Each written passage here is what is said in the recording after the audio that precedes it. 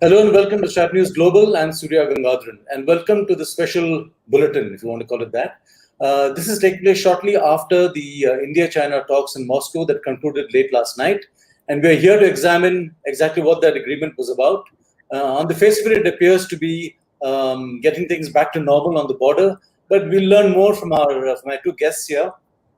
Nitin Gokhale, of course, editor-in-chief of Strat News Global. He's been an old hand at this. And we also have Atul Aneja, who was the China correspondent of the Hindu for many years, and will give us some insight into Chinese thinking on this issue.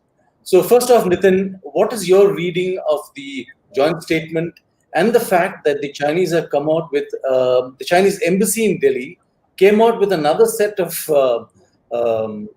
came out with another press note, which appeared to contradict some of the issues of the joint statement?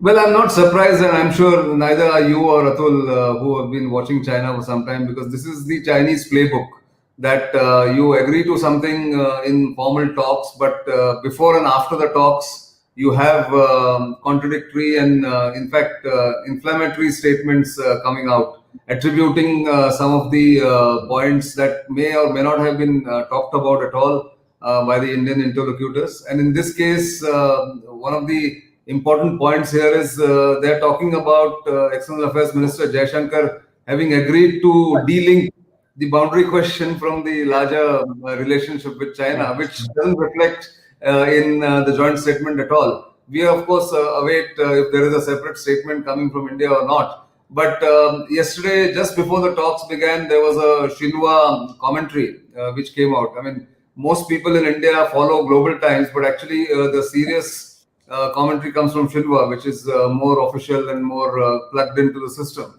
And there again, they were accusing, constantly saying that India is the aggressor, India has to take action, India has to go back. Similarly, the Chinese embassy statement is full of contradictions and false claims. And I only consider this as a Chinese perfidy, nothing else. Really, because but if you look at the joint statement alone, standalone, then of course this is the best perhaps the Chinese could have agreed to, and we could have agreed to. But I'll leave it to Atul also to tell us a little more about what he thinks the Chinese wanted out of this meeting. Atul? Yeah, it's if you follow the Chinese closely, they want to appear strong. So there is always their domestic constituency in mind, how they are going to look at a particular piece of negotiation which has taken place. So I'm not surprised that the joint statement, which really shows the consensus, that's one stream. But then parallelly, you have started another process primarily targeted at your domestic audience. Xi Jinping has to look strong all the time, having gone into this misadventure. He can't appear to look weak. So I think you have to look at the domestic angle behind these Chinese statements, parallel statements which come. But I think from our point of view, we need to stick solely on the consensus document, which is the joint statement, and see the derivatives from there rather than get distracted either from what the Chinese embassy has said. Today, there's going to be a foreign ministry meeting, I think by this time, that is a press meeting which they hold. And I'm sure questions are going to be planted in the Chinese media to ask questions. This will be amplified, what the embassy statement is. That narrative has to go on. And by tomorrow, you will have Global Times editorial or commentaries coming up, further, giving sort of fuel to this kind of argument. But again, we need not get distracted to that. I think we should stick to the joint statement. I think there are derivatives out there which need to be understood and contextualized. Okay. Nitin, they have talked of disengaging troops on both sides. Obviously, the military will sit down and work out the modalities. But to your mind, what is it that we are talking of here? And are we, in a sense, have conceded ground to the Chinese in that sense? Have we in any way? No, I don't. That's not clear, of course. I would not hazard a guess that whether we have conceded ground or not, but I hope not. One. Two, the principles of disengagement is the main template of the joint statement. Yeah. And therefore, we'll have to see how that disengagement pans out. As we speak to Brigadier brigadiers from both sides, one each, are speaking at Chushul Moldo meeting point. And there is likely to be a Lieutenant General level talks. One is hearing from our military sources that they're likely to set a date for Lieutenant General level talks. Now, I presume, and I have no reasons to doubt that India wants China to go back to their permanent peacetime locations. All the mobilization that has taken place since May along the LAC and since March in the exercise area that the Chinese do in Aksai Chin. That is India's understanding, that is Indian military's demand, and that's all that they would want. I mean, you can call it status quo ante, you can call it going back to permanent position, peacetime positions, but that Indian army will stick to and Indian government will stick to is my guess, and there is no reason to believe otherwise. But the fact is that whether the Chinese now would climb down after having done so much, spent my time, money, prestige, and come that far is the question that maybe we'll have to seek answers to. But the point, Nitin, are we going to pull back from the heights that we have occupied over the course of the last few days? I think we need not, because most of the heights, except two, most of the heights that India has occupied are on the Indian side of the line of actual control, according to Indian perception. And even the Chinese haven't objected to the line of actual control that those heights that you see, Magar Hill, Gurung Hill, Mukpari, Richinla, Rizangla. I don't think India needs to come down from there, because that was an unwritten consensus between India and China after 1962. And India, of course, did not go up to those heights lest it provoked the Chinese. But now that the Chinese have provoked the Indian military has done the tactical readjustment, if I may use that word, that is being, or the term that is being used now. And that tactical readjustment need not be subject to the joint statement, because joint statement talks about disengagement where there is a standoff. Here there may be standoff, but India has got the advantage, like the Chinese have in finger 4, finger 8 area.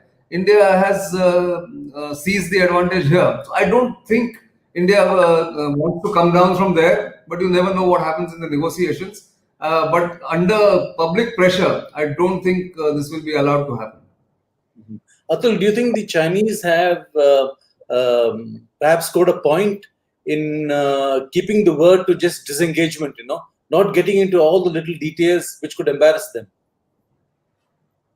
No, I think, let's look at the strategic objectives of the two countries. It's an interesting edit in the Global Times today. It is talking about 1959 line, the green line which was drawn. It's specific. For the first time, I have seen this, that their objective is to reinforce that green line. So that was the objective, as I see from what I saw today, that formal acknowledgement that this was the Chinese objective of this inclusion. Now, that has not been fulfilled in any way.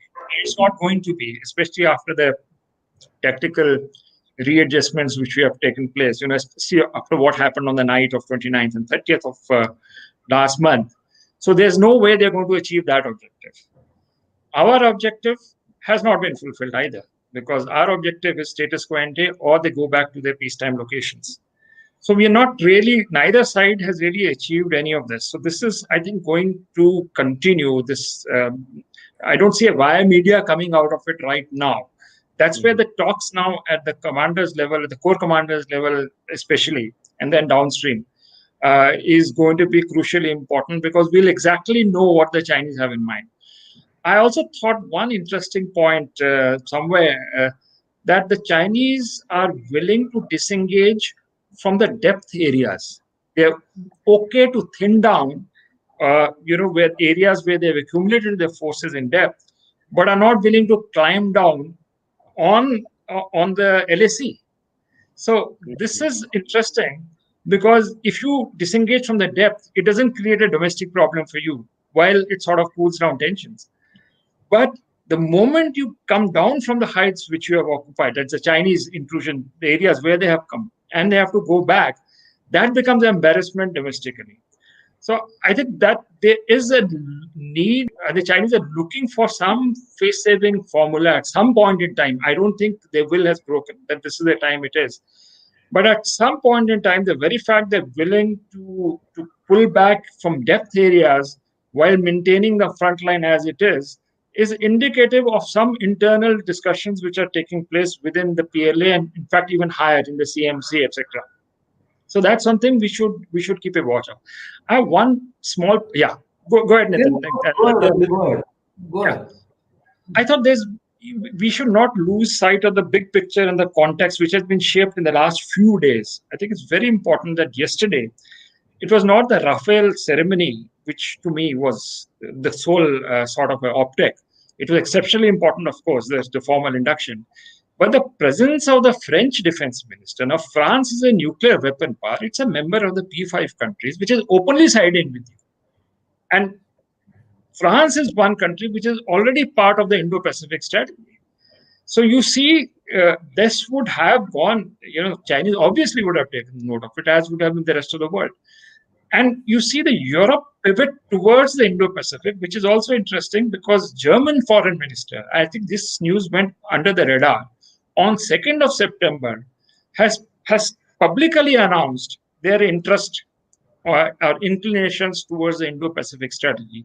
So you see the front line is changing while you talk just Ladakh, but if you really go beyond that on the waters, the Indo-Pacific, that has changing quite dramatically with this European or Europe's pivot towards the Indo-Pacific. I think this is very, very important, along with a formal agreement on logistics between India and Japan, which took place a couple of days ago.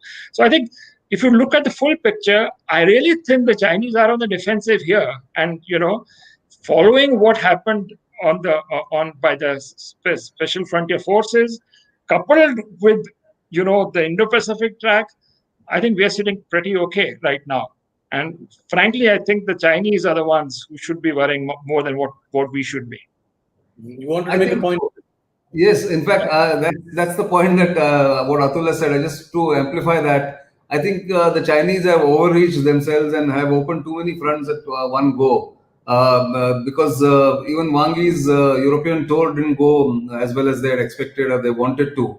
And if you look at what's happening with India and Japan, despite Shinzo Abe stepping down, I think India-Japan partnership, India-Australia, Japan-US Quad, all that is a matter of worry. And don't forget, Russians haven't taken sides openly. I mean, they have come and exercised with India in Andaman Nicobar under their Indra series of exercises. They also want to join the Indo-Pacific. There's some news item I saw. I'm not sure how credible or authentic, but that is there. But going back to Atul's point about where he saw the Chinese, or at least the Global Times, mentioning something about the 7th September 1959 line, or 7th November 1959 line.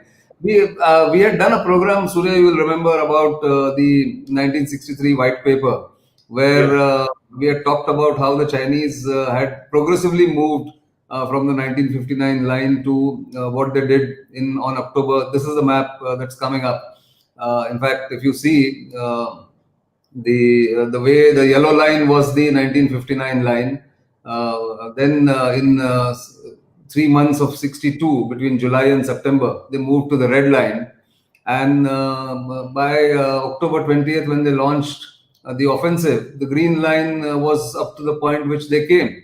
And then unilaterally withdrew on 21st November 1962. So that claim officially was never given up. In that statement of unilateral withdrawal, the Chinese had never said that they're giving up that claim. So are they reviving that claim? Are they wanting to sort of keep that boundary which they had pushed in 1962 is the question, because the green line has been India's patrolling limit since 1962, since the China Study Group came up in 1976. The green line has been India's patrolling limits, which were put by the China Study Group.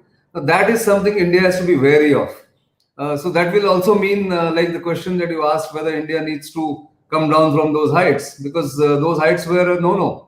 They were a no-go as far as Indian Army was concerned all this while in Chushul and in that Spangur Gap, that area. But having occupied it, should India give it up? I don't think militarily it makes sense, and neither does it make a political or strategic sense. So I think we are in for interesting times as we try and decipher and then try and get more information about what's going to happen.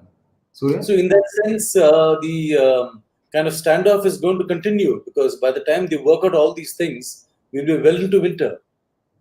Of course, we are already well into winter. I mean, the heights temperature, the temperature on the heights is already below zero, and we are 2 months away exactly. In fact, 15th November onwards, the passes close. The temperatures dip down to -10 or so in Ladakh. And but one thing, again, it's all speculation, and it's like wargaming. And I've been speaking to some veterans who have served in the military, and maybe we'll also do a program about the kind of quantum of forces that China requires to overwhelm India there. In the mountains, military veterans say that you require 1:12 ratio. For one battalion, you will require 12 times the force to evict that battalion.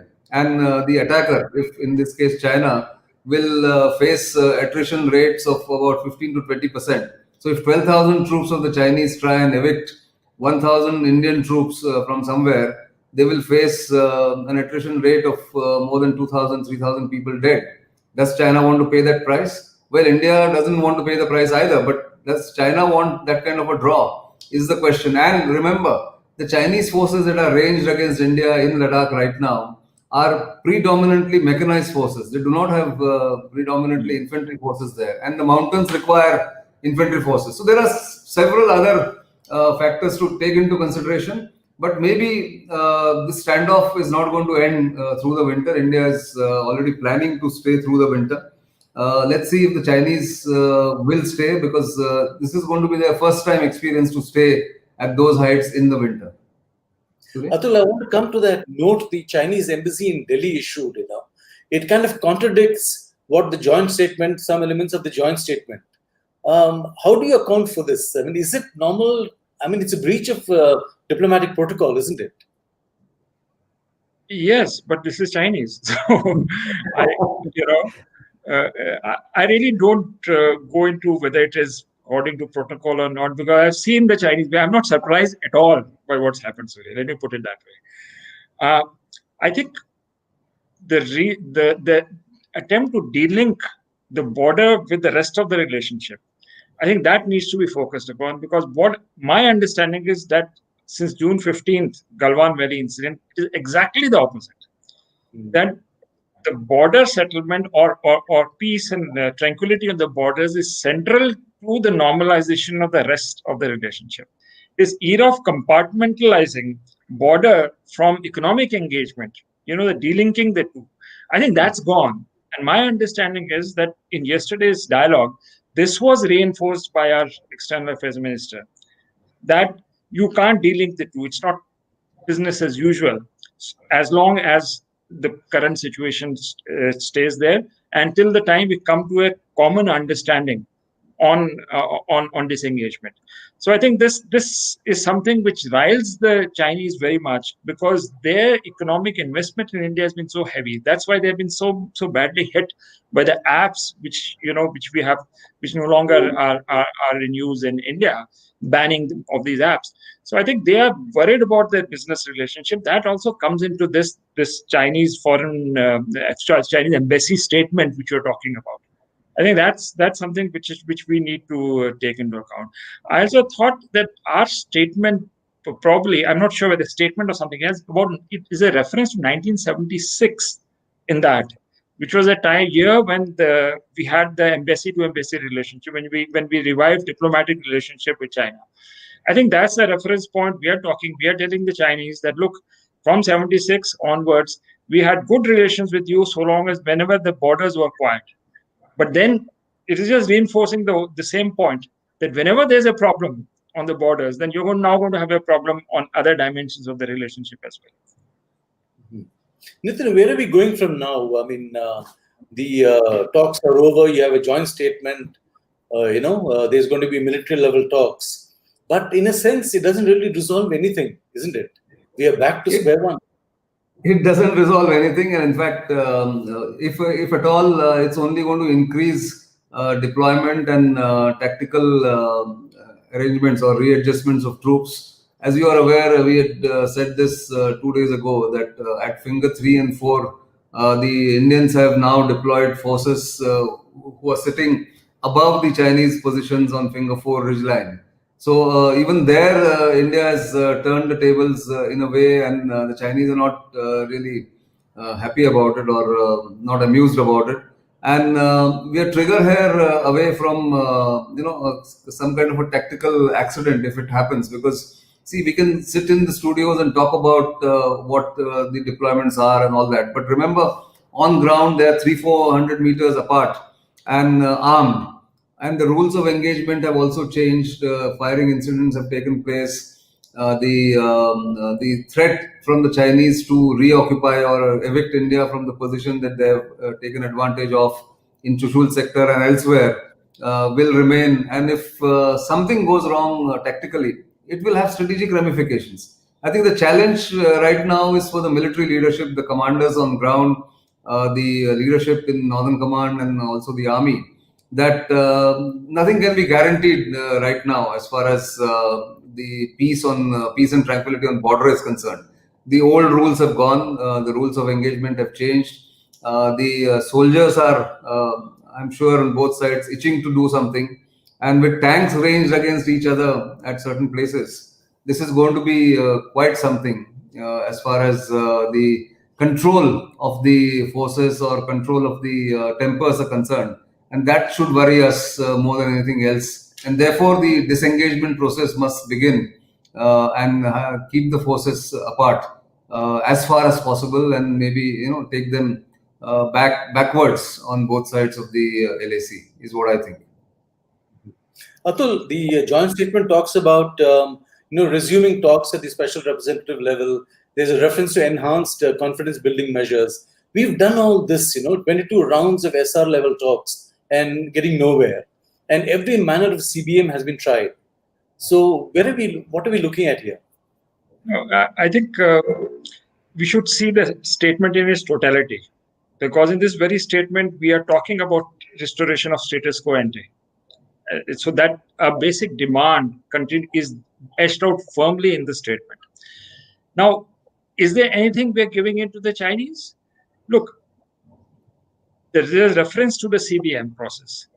I think after, we have to look at it in the context of the Galwan incident. After the Galwan incident of June 15th, there was an opinion, and quite strong opinion, that we should start a relationship with the Chinese from scratch. That is, go beyond the 1993 Peace and Tranquility Accord. In fact, go beyond the 1988 Rajiv Gandhi Accord, which sort of restarts the relationship. Actually, it starts before that. 76 is really the benchmark, and I would say not 1988. But there was this danger that we are going to relook at the foundations of the relationship itself. Now, when you are talking about giving reference to the CBM, I think the indirect message to the Chinese is, okay, if you restore status quo ante, then we are willing to go back to the foundations on which the relationship has remained and was there before this present crisis took place. The CBM process would be further enhanced. We are also talking about that while the border issue is extremely important, we are willing to give time to that border issue. So the SR process will continue. So we are not going to do that. So I think these are the signals which come to that okay, you restore status quo ante and we go back to where we were and not go back to the pre-situation or a pre-1988 solution or 76. So we're not fundamentally changing the relationship, but we are firm on this. So I think that is the reason why there's so much mention of the CBM process, because of the context of the Galwan incident and sort of a reassurance to the Chinese that we are not going to, start the relationship, reboot it from scratch. Let's put it that way. Nitin, if we go back to assuming the disengagement proceeds and everything gets back to normal, in a sense, there's going to be a new normal. I mean, the Chinese have not committed to not continuing with their little provocative actions all along the frontier. Whether it is pinpricks of various kinds, incremental nibbling, that will continue, I presume. Are we going to? What do we do? No, I think one thing that has been clarified through all this 4-5 months of standoff is at least that old hesitation in the forces' mind that we have to manage the border. We have to constantly look over our shoulders, constantly see to it that we don't do what we are supposed to do in terms of taking on the enemy or the adversary. Is going to it has gone, and that is going to determine how the border will be managed. I think there will be some changes here. Maybe the border management should be then now left entirely to the ITBP, and the army will do what it needs to do when hostilities break out, or remain an army rather than a management kind of a tool of the border itself. Because nowhere else does a army unit or army units manage borders as India has done all these years since the LAC mechanism came in, or the Peace and Tranquility Agreement in 1993. And of course, even before that, there was. Remember, we are speaking in the week. In fact, today, 57 years ago, we had that Nathula clash, and it began exactly on this point: where does the border lie?